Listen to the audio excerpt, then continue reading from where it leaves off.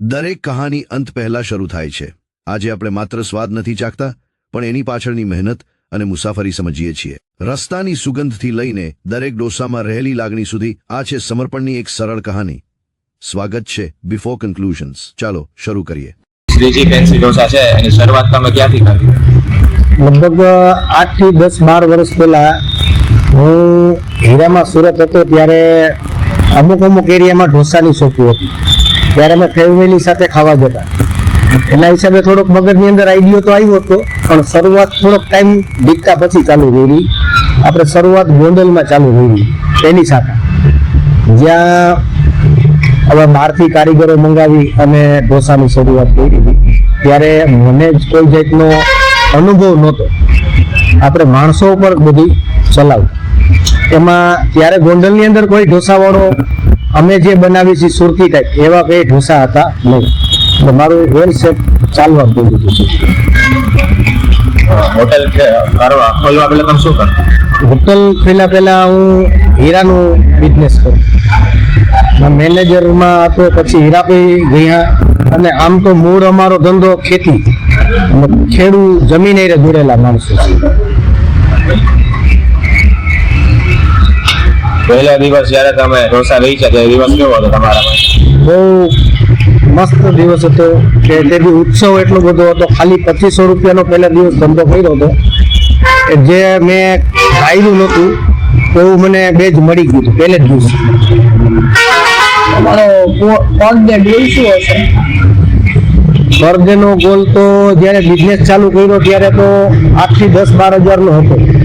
તો રોજ 10 12 હજારનું થાય ને ત્યારે આપણે હું એક પગાર તરીકે થઈ જાઉં એવી મારી ખાલી ભાવના હતી. બાકીના જે લોકોના પગાર હોય એ પગારની હાઈરે હું ભરો ને એવો જ ખાલી ગોલ હતો નાનો. શરૂઆતમાં સૌથી મોટો ડર શું હતો? ડર એ હતો કે ભાડા ભથ્થા તો નીકળી જાય એનો વાંધો નહીં, પણ ઘરેથી પૈસા મંગાવીને નાખવા પડે ને એના માટેનો વધારે ડર હતો.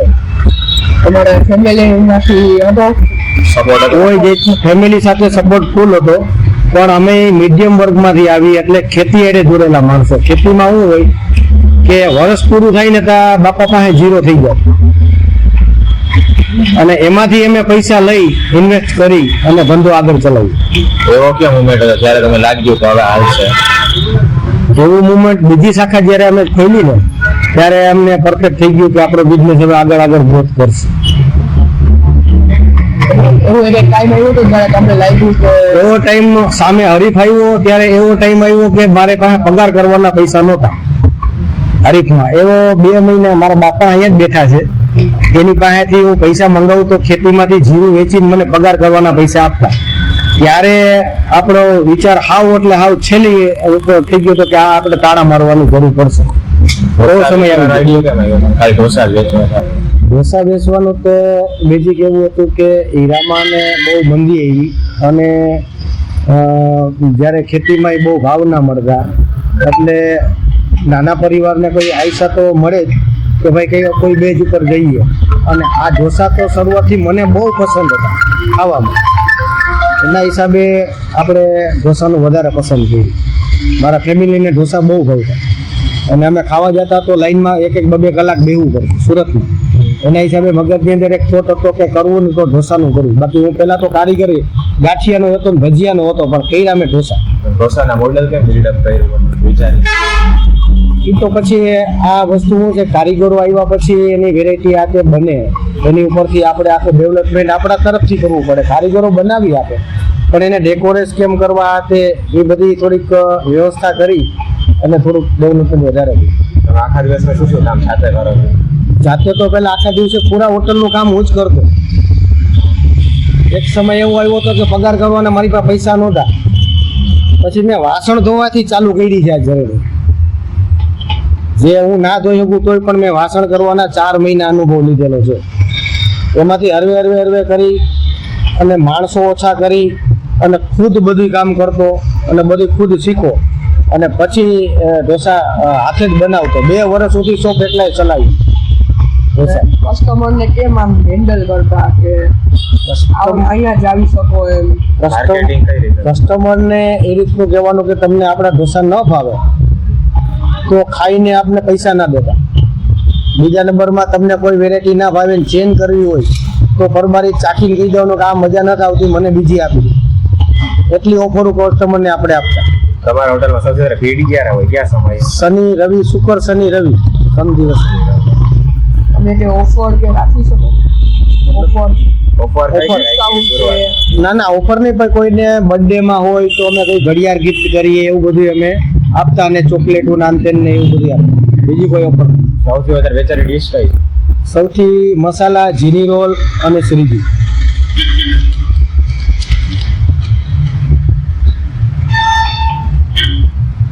એક ડોસાની પ્લેટમાં અંદાજે કેટલું પ્રોફિટ માર્જિન હશે તમારું? એક ઢોસા જો વસ્તુ એવી છે કે તમે બનાવો ને તો એનો ભાવ ના હોય, પણ જે મેન્ટેનન્સ હોય, કારીગરોનો પગાર, ભાડા, અન્ય મેન્ટેનન્સ, વસ્તુ બગડતી હોય ફેંકી દેવી પડે, એની માથે કોસ્ટિંગ પડે અને 25 થી 30% જેવું માર્જિન મળે. શરૂઆતમાં કેટલો ઇન્વેસ્ટમેન્ટ હતો તમારો? શરૂઆતમાં 4.5 લાખ રૂપિયાનો ઇન્વેસ્ટમેન્ટ હતો 10 વર્ષ પહેલા.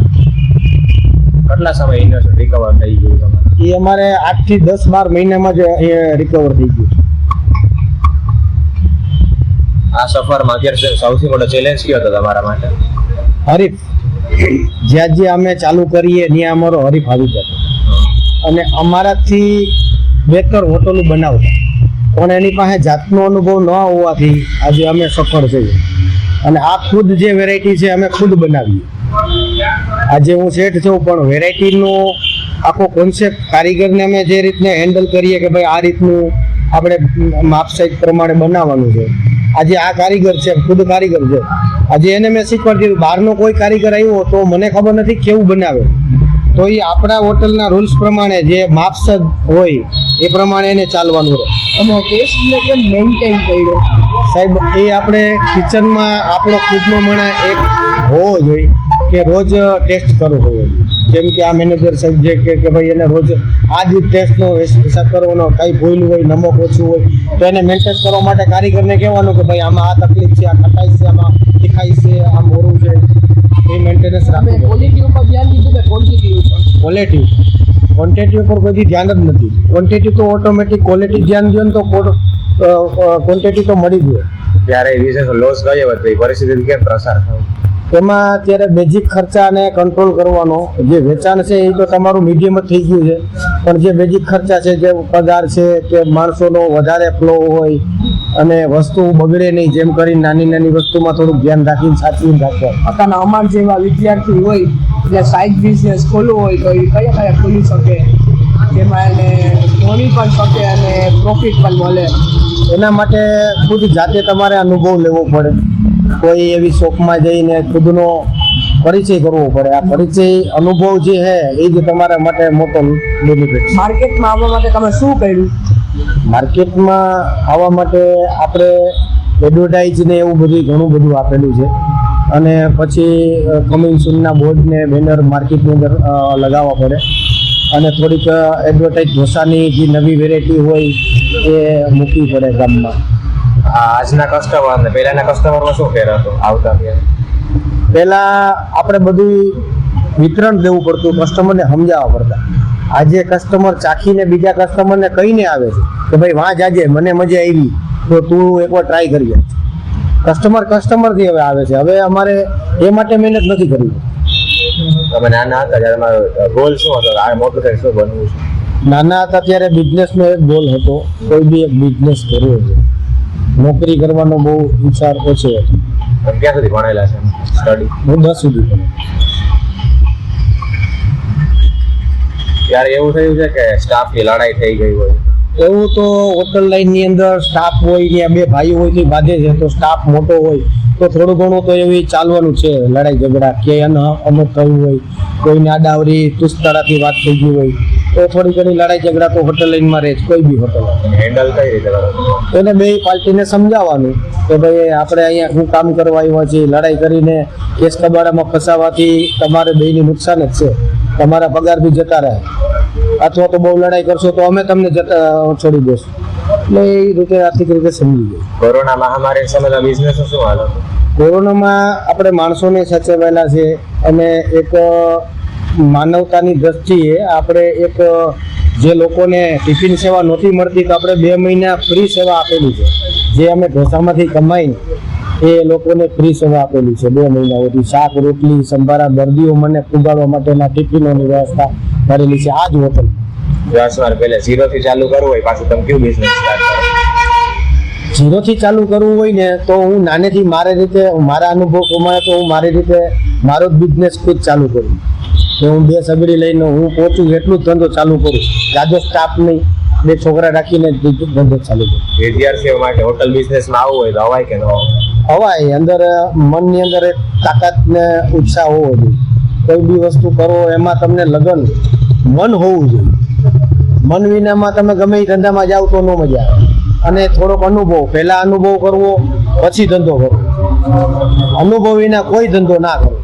લોકોને લાગે કે હોટલ બિઝનેસ બહુ બધા પૈસા કમાય માણસો, સાચી વાત છે કે ના? એમાં ઘણા બધા પૈસા ખોવે હોત છે, એવું નથી. જેને અનુભવ નથી એ લોકો, જેને કાંઈ ખબર નથી પડતી એ લોકો બીજાનું દેખીને ચાલુ કરે છે ને, એવા લોકો મારી નજર અમે ઘણા બધા બિચારા ઘરે વેચાઈ ગયું છે, મકાને વેચાઈ ગયા.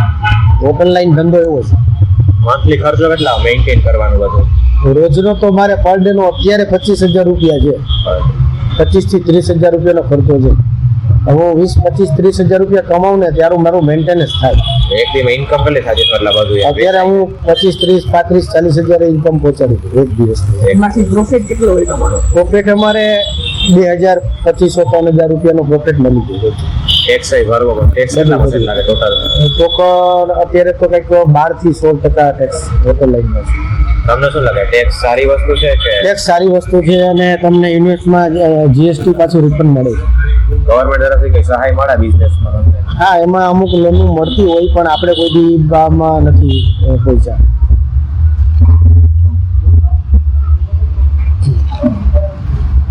તમારે કઈ સલાહ દેવી હોય વિદ્યાર્થીઓને કે તમારે બિઝનેસ કરવો હોય તો?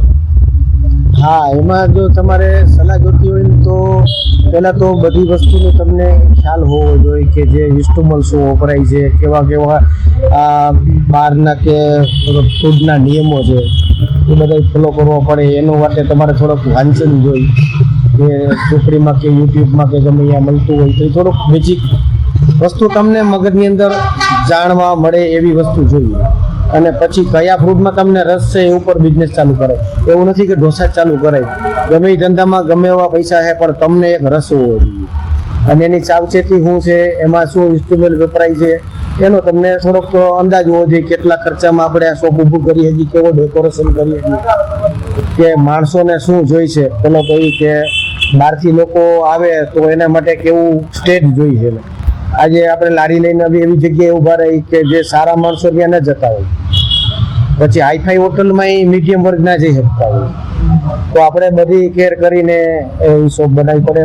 પ્લસ આપણી પાસે કેવું ઇન્વેસ્ટ છે એ ઉપર બધું. શ્રીજી ફેન્સી ઢોસા અને બીજી બધી દુકાન પર શું અલગ બનાવે? શ્રીજી ફેન્સી ઢોસા આપણે સંભારની જે વેરાયટી છે એ તમને ઘણી બધી જગ્યાએ તમે ખાઈ આવશો પણ આપણી સંભારની ક્વોલિટી અલગ છે.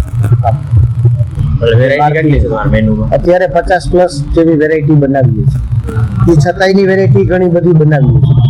પણ એ હરવે પેલા કસ્ટમરને અમે આપીએ એ લોકો કે નહીં રિઝલ્ટ બહુ બેસ્ટ છે તો પછી મેન્યુમાં એડ કરીએ. એ વેરાયટીમાંથી કઈ વધારે મતલબ ચાલે છે? એમાં અમારે જીની રોલ છે, રાજા રાણી છે, શ્રીજી સ્પેશિયલ છે, જે મસાલા ફ્રાય છે, ગોટાળા છે, સુરતી, એ બહુ રનિંગ ફાસ્ટ ચાલે. સૌથી યાદગાર દિવસ કયો તમારા બિઝનેસમાં? 2022માં અહીંયા અમારે કંઈક 5 વર્ષ પૂરા થયા હતા ને ત્યારે બહુ મોટું ફંક્શન કરેલું. એ અમારે સૌથી યાદગાર. ત્યારે 5 કિલોની કેક મંગાવીને જે ફંક્શન બધાને કસ્ટમરને બધાને કેક અપાવી હતી ત્યારે એ બેઝિક સર. વધારે ભીડ થઈ જાય દુકાનમાં, તમે એને કેમ કંટ્રોલ કરો? ત્યારે બહુ વધારે ભીડ થઈ જતી હોય તો અમે વેઇટિંગ એરિયામાં સ્ટોપ કરાવી દઈએ કે ભાઈ હવે આથી વધારે કસ્ટમર ના લતા, જેથી કરીને અહીંયા 200-300 જણાની જે સમાવેશ ના હોય, એથી વધારે પબ્લિક બેસવાની વ્યવસ્થા ના હોય તો અમે અહીંયા કસ્ટમર જ ના લઈએ. પછી જે કસ્ટમર થોડાક આવી જાય ને પછી પાછા કસ્ટમર લેવાનું ચાલુ કરે. ટોટલ સ્ટાફની સેલેરી કેટલી છે ટોટલ? ટોટલ તો અંદાજે 2-2.5 લાખ રૂપિયા જેવી છે. વેજીટેબલ્સની સિઝન ના હોય ત્યારે તમે કેમ ટેસ્ટ મેન્ટેન કરો ઢોસા મસાલામાં? વેજીટેબલની જ્યારે અમુક સિઝન ના હોય ત્યારે અમુક વેરાયટી અમે બંધ કરી દેતા હોય છે. કે ભાઈ આ માલ ત્યારે ન મળતો હોય, જે સિઝનમાં જ મળતો હોય એ વેરાયટી અમે જાતે જ બંધ કરાવી, કારણ કે એમાં ડુપ્લિકેટ નાખવાથી કોઈ ફાયદો નથી. તમારો ટેસ્ટ બી બગડે, કસ્ટમર બી જાય અને બે કસ્ટમરને આપણી વાત કરે કે ભાઈ ત્યાં અમને મજા ના આવી, પહેલાં જેવું નથી, એટલે અમે જાતે જ બંધ કરાવી. તમે આ ભાઈ ભેગા ક્યારથી જોડાયેલા છો? અમે તો પહેલાંથી નાનપણથી જ ભેગા હતા. પછી સુરતથી અમે ભાઈ નોખા પડી ગયા હતા, પછી હમણાં 2 વર્ષથી સાથે મેનેજ કઈ રીતે કરો? આ બાજુ વર્કર્સ છે, કસ્ટમર છે, ઓવરમાં પહેલાં અમારે બધાને જગાડવાના હોય. ગાડીના મેન્ટેનન્સ છે, ગ્લોવ છે, આ તે પહેરાવીને જે કામ કરાવવાનું હોય, જે ધોવડાવવાની વેરાયટી, અમુક આ લોકોને બધું જોવું પડે કે આપણે ધોઈને સુધારવાની છે, એ બધી મેન્ટેનન્સ આ થાય. તોડીને વજનથી નાખવાની છે, બનાવવાની હોય, માલ આવ્યો હોય તો તોડાવવાનો, એ બધી વસ્તુ વેરાયટી મેન્ટેનન્સ કરે. શેફ વયો જાય તો મેન બનાવે, જાતે બનાવી. તો ફેમિલીમાં પહેલા સુધી બિઝનેસ કર્યો કે કોઈ કરે? નહીં, મારા ફેમિલીમાં મેં પોતે, અત્યારે મારો ભાઈ એ જ બિઝનેસ કરે છે, મારા પપ્પા એ જ બિઝનેસ કરે છે. અમે 3 થી 4 હોટલ ચલાવીએ છીએ. એ ગોંડલમાં છે, જુનાગઢમાં છે, પોરબંદર છે, અને 4થી કમિંગ સૂન આપણે ચાલુ થઈ છે અમદાવાદ. કોકને તમે કેટલામાં બ્રાન્ચ નથી આપતા, ખુદ જ બનાવી છે. બ્રાન્ચમાં વેલ્યુ નથી. આજે બીજા પબ્લિક શું કામ કરે નહીં, મને મારા હેઠળ કામ જેટલું થાય ને એટલું જ કરું. આજે તમે, હું તમારી પાસે 5-10 લાખ રૂપિયા લઈને હું તમને સ્ટાફ આપી દઉં તો સ્ટાફથી તો બહારનું આવવાનું છે, અને મારી જે નોલેજ છે એ નથી. તમે જે જાતે બનાવો પછી એ તમે શીખી, આ મારી પાસે શીખવા આવવું પડે, આ કારીગરને શીખવા આવવું પડે. હું તો નવો સ્ટાફ દોડાવી દઉં, તમે ચાલુ કરી દો, પણ એમાં તમે આગળ નહીં વધી શકો. કારણ કે જે બેઝિક ઢોસામાં જોઈ છે, જે સંભારમાં જોઈ છે, જે પબ્લિકને મજા આવે છે, એ જે વસ્તુ બનાવી છે, એના માટે તમારે ખુદને જાતે મહેનત કરવી પડે. તો તમે કારીગરને કહી શકો કે આ ટેસ્ટ મને નથી મજા આવી. તમને જ ખબર નથી ટેસ્ટ શું છે, કારીગર બનાવીને દે તો તમને ખબર જ નથી કે કેવો ટેસ્ટ માર્કેટમાં ચાલે છે. સ્ટ્રેટેજી શું છે તમારે બિઝનેસ સ્ટાર્ટ કર્યો તમે?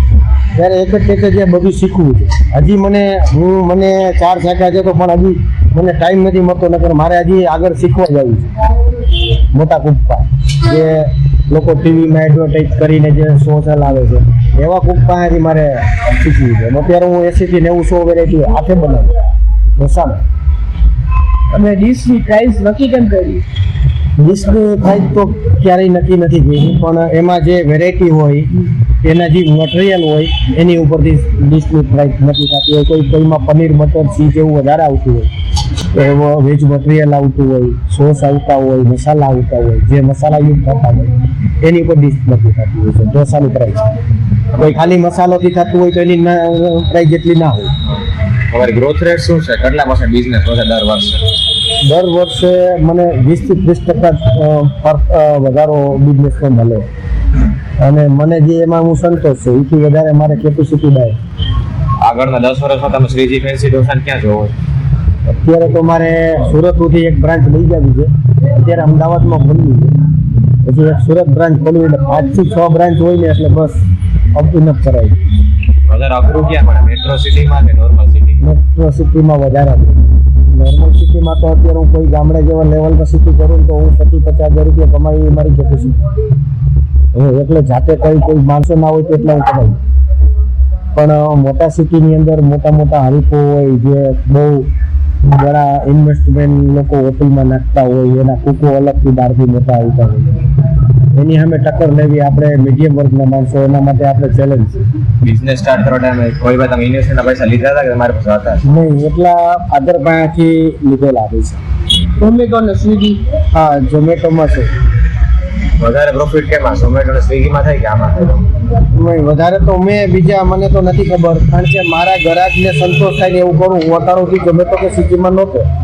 હવે એ લોકો માલ ક્યારે પહોંચાડે એ મને નથી ખબર, એટલે એ લોકો માલ પહોંચાડે ને આ ઠંડુ થઈ ગયું, અને આપણી વેરાયટીની કોઈ વેલ્યુ રહેતી નથી. એટલે હું આ તો એક મિત્રતાના હિસાબે કે ભાઈ અમારે ચાલુ કર્યું ઝોમેટોનો, 4-5 વાર ઝોમેટો સ્વિગી વાળા આવી ગયા, પણ આપણે એમાં જોઈ નથી, કારણ કે આપણી વેરાયટી બગડે ને એવો ધંધો નહીં કરવા. આજે ઝોમેટો વાળો અહીંથી લઈ ગયો, પછી બીજે ડિલિવરી દેવા જાય, બીજાની આપણો ઢોસો દેવા જાય તો આપણે ઢોસો કરી જાય, ધંધો લઈને કોઈ ટેસ્ટ આવે નહીં, અને કસ્ટમર આપણે ફરિયાદ કરે કે ભાઈ તમારા ઢોસામાં મજા ના આવે, એવો ધંધો નહીં કરવા. જે આપણી વેલ્યુ ખોવાતી હોય ને એવા પૈસા નહીં કમાવા. તમને શું શીખવા મળ્યા બિઝનેસ અત્યાર સુધીમાં સૌથી મોટું? શીખો તો ભાઈ ઘણું નાનું મોટું મળ્યું કે ગ્રોથ માટે પૈસા, મહેનત અને ખુદ ઇન્વેસ્ટ, ખુદ આપણે કારીગરે રહે પાર્ટનરશિપને જોઈને આપણે રહેવું પડે કે આ કારીગર છે તો એ આપણે કારીગર તરીકે એને યુઝ નહીં કરવાનો, એ આપણો ભાઈ છે અથવા તો આપણો પાર્ટનર એવી રીતે એને યુઝ કરવાનો બધું. કારણ કે અત્યારે તમે માણસો સાચવી લો ને એનાથી દીકરો સાચવો સારો, દીકરોને નહીં સાચવો તો ચાલશે પણ માણસોને સાચવવા એટલા કરે. સૌથી વધારે કેટલી કલાક તમે દિવસમાં કામ કર્યું છે સ્ટ્રગલ ટાઈમ? સ્ટ્રગલ તો સૌથી વધારે મેં 18 કલાક કરેલું છે બિઝનેસ. તહેવારમાં અમે ઘરે લગભગ વ્યાયામ જ ના હોય, 2 કલાકનો ટાઈમ સોવાનો હોય, પછી સતત, કારણ કે હજારો માણસોને આપણે જે ભોજન દેવું છે એના માટેની વ્યવસ્થા સાચવવાની, ખોરાક ખરાબ ના થાય એના માટેની અલગ તૈયારી કરવી. ફ્રેશ જ બનાવો ગ્રેવી ને એ બધું? ફ્રેશ જ. ગાડીની આવો કોઈ ઇન્સ્ટ્રુમેન્ટ ફ્રીજમાં કે તમને પેન્ટિંગ નહીં જોવો, સાંજે ચાલુ થાય ત્યારે જ બધી વસ્તુ બને અને રાતે 12 વાગે બધું કચરાના ડબ્બામાં ભેગાઈ જાય. 2 કેલબા ભરવા હોય તો 3 કેલબા ભરાઈ જાય, ક્યારેક ગરાગી ના લાગી હોય તો 60% માલ ફેંકી દેવાય, એવું બી દિવસ બને. પણ ફેંકી દેવાનો. બારીની આ બધા કર્મચારીઓ, સાહેબો બધા અહીંયા ખાવા ફ્રૂટ સ્ટોક નથી માંડી, અને એવી કોઈ વેરાયટી કે એવું કોઈ વસ્તુ નથી યુઝ કરતો કે જેનાથી લોકોને તકલીફ પડે કે જે બીમાર પડે કે મોટો હાજીનો હોય. મારી હોટલની અંદર તમને કંઈ દાણો નહીં જોવે. અને સંભારમાં કોઈ એવા ગરમ મસાલા નથી યુઝ કરતો, ખુદ સાથે જ સંભાર રિયલ ક્વોલિટીમાં બનાવ્યું છે, દાળુથી માંડી. તમે બિઝનેસ કરતા તેવા ટાઈમે તમે બહાર ન નીકળી?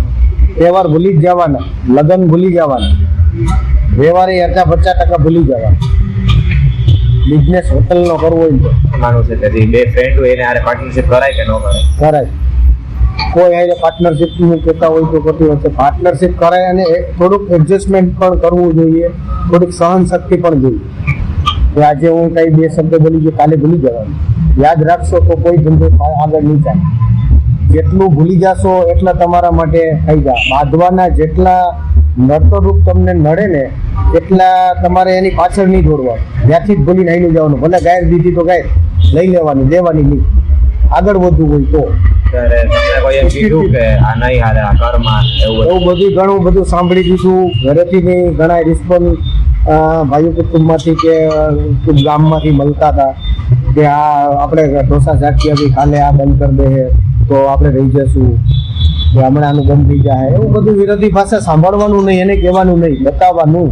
આપણું કામ બતાવવાનું કે બિઝનેસ કરીને બતાવવાનું. એમાં જો તમે અટવાઈ ગયા ને તો બિઝનેસ ગ્રોથ નહીં કરે, એમાં ને અટવાઈ ગયા. બોલ એવું છે કે બાંધવાની વસ્તુમાં નહીં જવાનું. એ રસ્તો જ એક તમારો છે નહીં, આપણો બિઝનેસનો છે. ગામ જો વિચારે એ વિચારવા દેવાનું, ગાયરું જતો હોય તો લઈ લેવાની. સામે ન્યા બાંધવામાં ટાઈમ બગાડશો ને તો અહીંયા ટાઈમ તમારો ખરાબ થઈ જાય. મસ્ત પ્રશ્ન થઈ જાય.